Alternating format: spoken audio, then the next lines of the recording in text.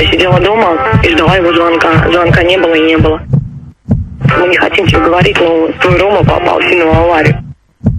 Вообще не должен быть жив. Я не могу его бросить.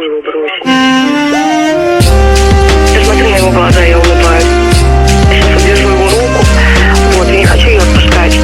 Потому что я чувствую, что ему нужна моя поддержка внутри. И нельзя бросать, нельзя ни в коем случае его лишать жизни. Он же должен жить. Я живу, почему не может он? Я сделаю все, чтобы он встал на ноги.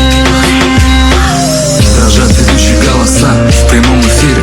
Солнце укрылось за тучами, стрелки на часах застыли, как будто вне времени ее история, где буквально рука об руку счастье и горе.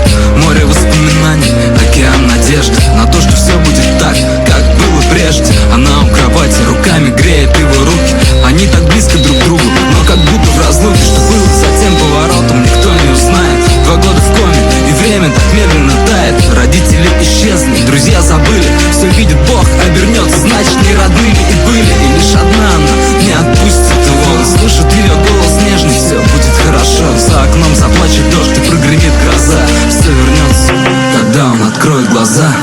Возьми мою руку, держись. Ты для меня больше, чем жизнь. Тебя не отпускаю, любя. Я не могу без тебя.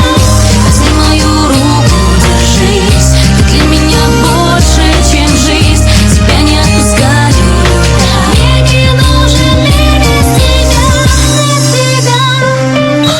Быть сильным, хранить в руках жизнь другого, кто сможет сдержать данное слово. Что значит для тебя фраза «я люблю»? И где ты будешь, когда я буду на краю? Сколько друзей останется,